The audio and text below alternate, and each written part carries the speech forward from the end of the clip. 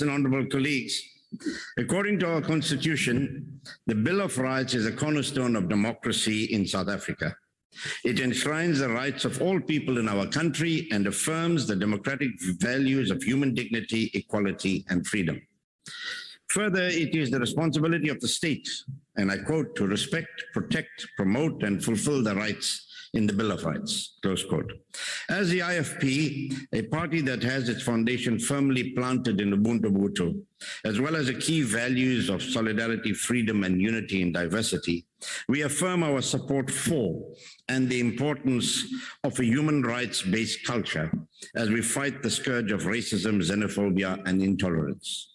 The IFP will not tolerate racism of any kind, and we will continue to call such out wherever it may be found, whether it be alleged racism in local schools or whether outside our borders, such as the way Europe handled the refugees flowing out of Ukraine, blatantly discriminating against Black and African nationals.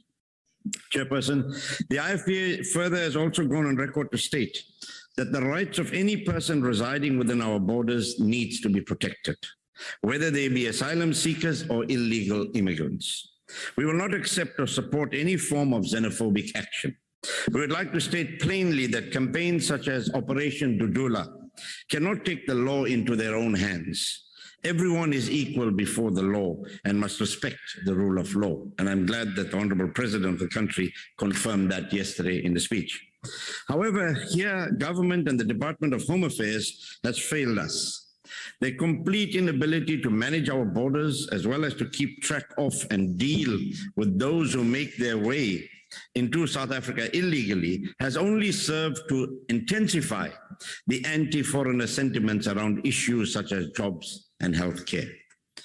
The IFP led the charge on legislation to regulate the numbers of foreign nationals employed in low-skilled and unskilled sections through a private member's bill that is going through Parliament now, and government has now followed suit with their own executive bill.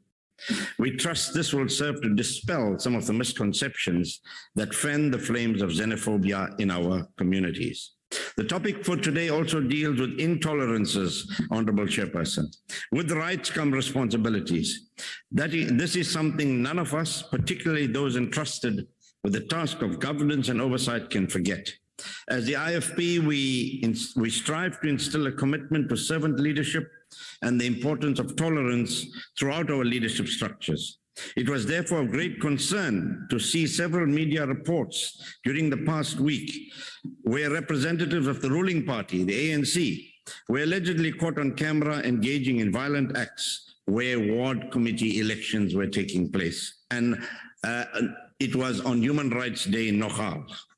Two violent tussles, one in Ward 99 Craigieburn and another in Ward 53, which was reported by Honorable Singh Kalipi, where we found that there were violent reactions during those ward committee elections.